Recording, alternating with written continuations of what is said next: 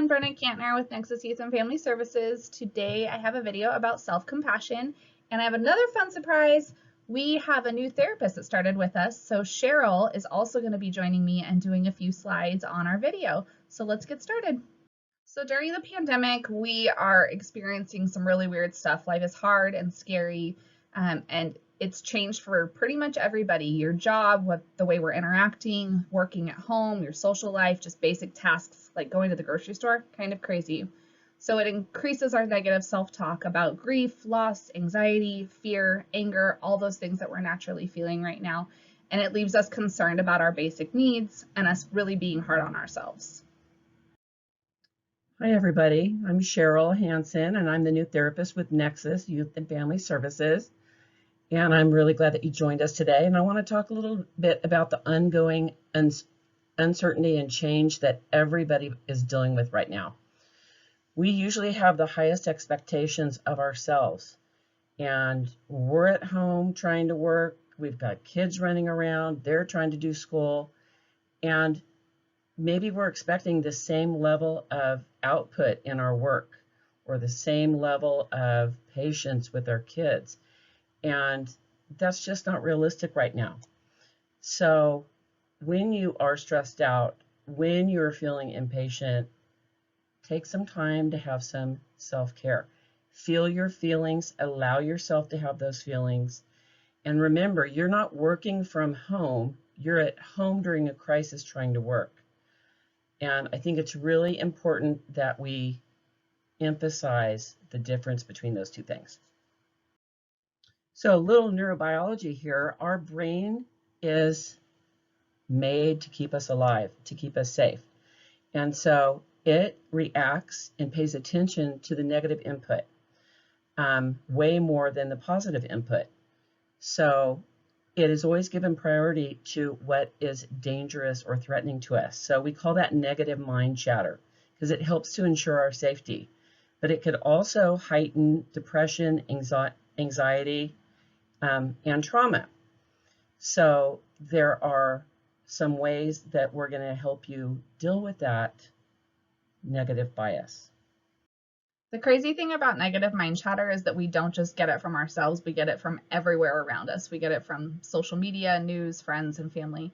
We are wired to want to belong and connect, and those feelings of isolation only increase our negative self-talk. And the people that are more at risk right now are those marginalized identities. So we're talking elderly, people that have substance abuse issues, people who already had pre-existing mental health conditions, things like that. So they're more at risk right now. So I want to briefly talk about the impact of negative mind chatter. And with that, I want to talk about the differences between guilt and shame. There's a really big distinction. So guilt is knowing the difference between right and wrong and having that healthy conscience feedback of I did something, I screwed up, and I should apologize or fix it, however you can correct it. Shame is something inherently being wrong with you, as opposed to you made a mistake.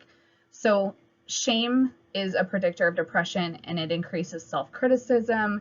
And as self-criticism increases, self-compassion decreases, and shame increases those self-destructive behaviors. It's kind of a vicious cycle. So, when I grew up and learned about the brain, we were taught that the brain can't change. And we know that that is untrue. The brain absolutely can change.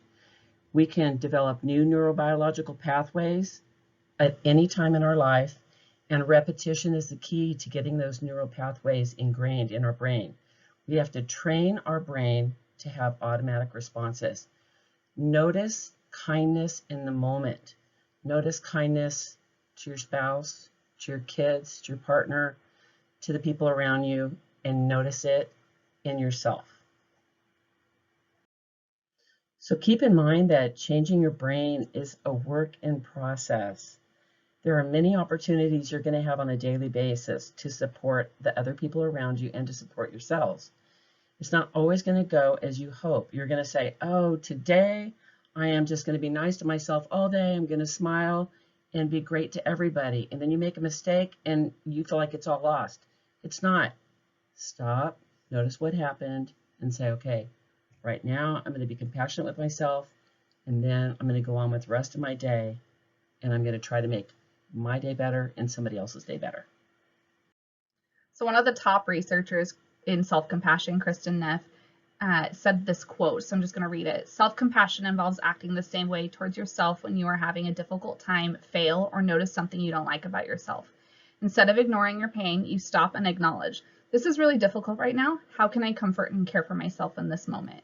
It's really about acknowledging and giving yourself the time to just say out loud, I'm kind of stressed out right now, or I'm angry, or I'm frustrated, and just naming it can be helpful sometimes. So we are going to talk about each one of these components in depth, but there are 3 components to self-compassion: treating yourself with kindness, sharing a common humanity, and building mindfulness. So how do you treat yourself with kindness?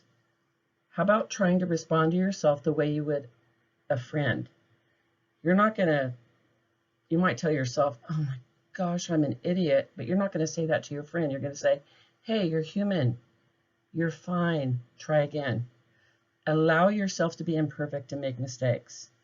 Actively comfort yourself, and knowing and being responsive to your own needs is really important. What do you do to self-soothe? Have a plan of action. So the second component is building common humanity. So recognizing that all humans are imperfect and it's super normal to feel pain and distress. We all feel those feelings. I'm going to say it over and over again in this presentation and pretty much every other one. Feel your feelings. It's okay to not be okay. You're not alone. You're part of a community. There's this really cool meditation on YouTube that you can find. But it's the loving kindness meditation, and the primary affirmation is, may you be happy, may you be well, may you be safe, and may you live with ease. And I really like that, and it's a good thing to repeat to yourself. So there's 3 components to building mindfulness. Our intention, which is, why are you doing what you're doing? Pay attention to the compass of your heart. Our attention, what are you directing your attention to? Is it directed at work right now? Is it directed to your kids right now? Is it getting dinner on the table? Pay attention. And your attitude, how are you paying attention? Are you open and accepting and curious about maybe being stressed out of your mind because of all the things you have on your plate right now? Take a step back, take a deep breath, and just say, I'm curious about how I'm feeling right now. And then feel it. So with mindfulness and its impact on your mental health, it's about noticing those automatic and intrusive thoughts. So when you walk into a room and somebody stops talking and they turn around and look at you, we all have that automatic response of what's wrong with me, they don't like me, but maybe they're just done talking, or maybe they just turned to see who came into the room, or maybe they're planning a surprise party for you, who knows. But understanding that those negative thoughts that you're having have no value. They don't do anything to drive you forward. They just bring you down. So it's about just observing without reacting and in a non-judgmental way. And just notice and name the feelings. So if you're feeling worried or anxious, just saying it out loud and owning it can a lot of times just make you feel better all in itself. All right, so another really amazing quote from Kristen Neff about self-compassion. This is a moment of suffering. Suffering is a part of life. Let me be kind to myself in this moment, and let me give myself the compassion that I need. So this is really, when we talk about a moment of suffering, we are talking about any of those daily moments that we have where we struggle emotionally, physically, stressed out, anxious, whatever it is. So just recognizing it as a part of life and being kind to yourself in that moment and giving yourself the compassion, that's what kind of drives you forward and gets you to that next step, that mindfulness piece that we talked about. So like Cheryl said a few slides back, mindfulness and rewiring your brain, it's possible. We might think that our brains are the way they are and they can't change, but it's not true. It is going against evolution. Like we said, our brains are wired to make sure we're safe and kind of watch out for threat, that negativity bias. But with practice and repetition, it's about building a skill. So any skill that you build, whether it's a hobby, a sport, whatever it is, it takes practice. It takes working hard at it and focusing on it and doing a little bit every day to build that skill. Judgment can still be valuable. Like we talked about, kind of some of that negative mind chatter, it's what helps keep us safe. Some judgment can maybe help drive us forward in some ways, but it's balancing it. It's about balancing that positivity and being kind to yourself and being gracious and mindful, and recognizing where it can be valuable and where you can encourage yourself in that way. So I love this little cartoon here that I put, the stop comparing yourself to others. Awesome and also awesome. Like, we all have so much to offer, and so it's really about giving yourself that credit. So I want to talk a little bit about Kristen Neff's self-compassion exercises. So one of the things I want you to ask when you are self-critiquing is, how would you treat a friend? And then I want you to practice treating yourself the same way that you would treat a good friend.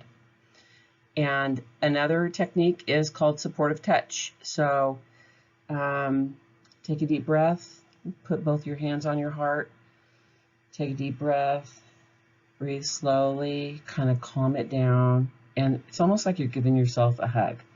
You can also do the butterfly hug, hands crossed over, gently tap both sides. This is something you can do with your kids too. Have them join you, especially if somebody's, maybe everybody's kind of activated, you want to bring it down. Another intervention is writing exercise. So if you're finding there are a lot of things that you're critiquing yourself about, write them down. And you don't have to do it right away. You can jot a few down and say, okay, when I'm done working at 6 p.m., I'm going to address these thoughts. And then write yourself a letter as if a good friend was writing it to you. Be very compassionate and give that unconditional love that you would give to a friend, give it to yourself in a writing exercise. And that gets it in your brain more than one way. You're getting it kinetic component, you're seeing it with your eyes, and you're thinking it, and actually you can even speak that letter out loud. And then lastly, have a self-compassion mantra. Understand that there's suffering in life. Suffering is just a part of life. And be kind to yourself in this moment and give yourself the compassion you need. You might say it to yourself like this: this is a moment of suffering. Suffering is a part of life. I need to be kind to myself in this moment and give myself the compassion I need. Practice that with others and practice that with yourself. So on this slide, you're going to see some ways to love yourself. And I'm not going to read them all. You can read them, but take a look at a couple. For instance, write 2 physical attributes about yourself that you love. Describe them in detail and explain why you love them. Like, I'm not going to talk about this big old scar on my neck because I don't love that. But I will talk about my hair. I like my hair. It's long, it's pretty, and it's purple underneath. And I have a wonderful lady that colors it. So that's something that I like about myself. Write one thing that you need to forgive yourself for, and then extend your self-compassion about that and understanding and forgiveness. And again, you can write that out, or you can make a video of yourself on your iPhone, okay? Let's not post everything personal about ourselves, but you can do it for yourself. And compliment yourself. Look yourself in the mirror and talk about what you like. Make yourself a nice cup of tea or coffee. For me, the blacker and stronger, the better. No cream, no sugar. And let yourself be sad if you need to be sad, and feel your feelings. And again, you want to model that behavior for your children also, because they're stressed out right now too. All right? Be kind to yourself. All right, everybody, subscribe to our YouTube channel. We really hope that you found this useful and helpful. Loved getting to share Cheryl's expertise and knowledge with you.